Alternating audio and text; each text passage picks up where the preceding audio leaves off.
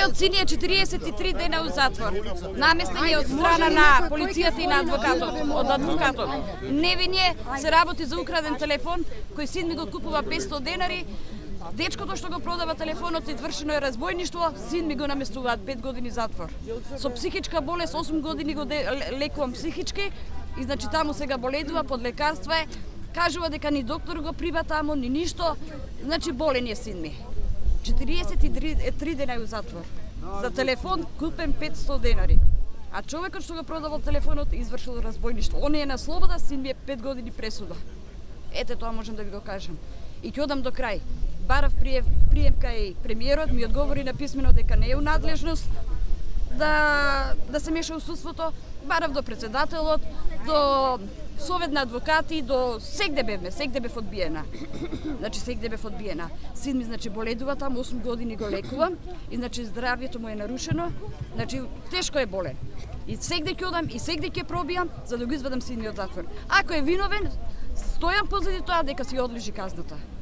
Али вака нема да се смирам, никогаш. Да даде Господ да помогне на овие деца, наши синови, наши сопрузи, родители, браќа, сестри, кумашини, кумови, златен Господе, комши, пријатели, сите да се на помош и Мајка Богородица да помогне нашите најблиски, најмили, да се тргнат од таа просторија, да бидат меѓу нас овдека. На помош нека е Богородица и Мери Николова, Господ здравје да ја даде и среќа што го започна овој убав ден. Ја мислам дека денеска толку сме праведни, не е битно националност, вера, од која партија сме. Сите сме за еден за сите.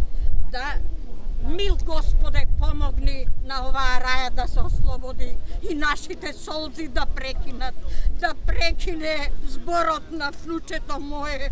Ќе одам бабо кај тато, а кај тато кога ќе појде пари му бара. Кај да му најде он пари? 2,5 години тоа не разбира. Како да му кажем, како да му се обратам? Помогајте, браќа, сестри, стварно имаме проблеми, стварно имаме мака. Нека овој ден се запамти и нека Мајка Богородица ни помогне. Надлежниве органи да ги прашам. За луѓе што лежат во затвор ни криви ни должни. Од социјален аспект, таксисти, качиле да возат избеглици. Би сакала да ми кажат кога државата го легализира законот, да им помогне на тие бегалци. Зошто нашите деца ни криви ни дужни, исто солидарно да помогнат да ги пренесат внатре во државата, не надвор од државата. Да бидат осудени и казнувани по многу строги закони кои што таму пишува во законот од тие продажба на луѓе и човечки органи. Каква врска има превозот со тој криминал? Ако е спремна таа служба, да, мој син е таксиста. Со кредит, зема количка, регистрира фирмичка на свое име. Се качила фамилија од Гевгелија за Скопје да ги донесе. Осуден е 5 години, а јас сам, а он е само хранродија. Сама стара баба со мизерна 9.000 пензија, 2 средношколски деца му чувам и школува. Би требало тоа да се разгледа и тие случаеви да се ослободат од таа вина. Човекот е со лиценца имаше, фирма све. Додека немавме лиценца и фирма, не казнуваа.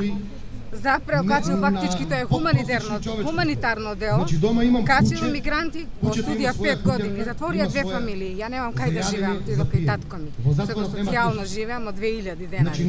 Кај татко ми живеам. Остави брат што има деца што одат у специјално училиште.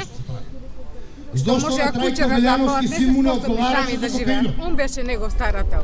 Дадовме и жалби и све, ништо. 5 години е човекот. Каде? Во моментот сега, во моментот децата се малтретираат во изолат. Од полиција. Сега во моментот имам докази, да, сега се малтретираат таму. Сега во моментот. Дури им претиле немој да излезат да протестираат пред влада. Двата сина ми се таму. Од протестиве од битбата што изгоре автобусот, без врска никакви докази, моето дете нема никакви докази, нема е затворено. Први, господине премиере, 5 години први ставио 2 милиона евра. Зашто да се малтретираат и зашто да претат на народот? Срамота е По ова која што се причина? случува. Која намера?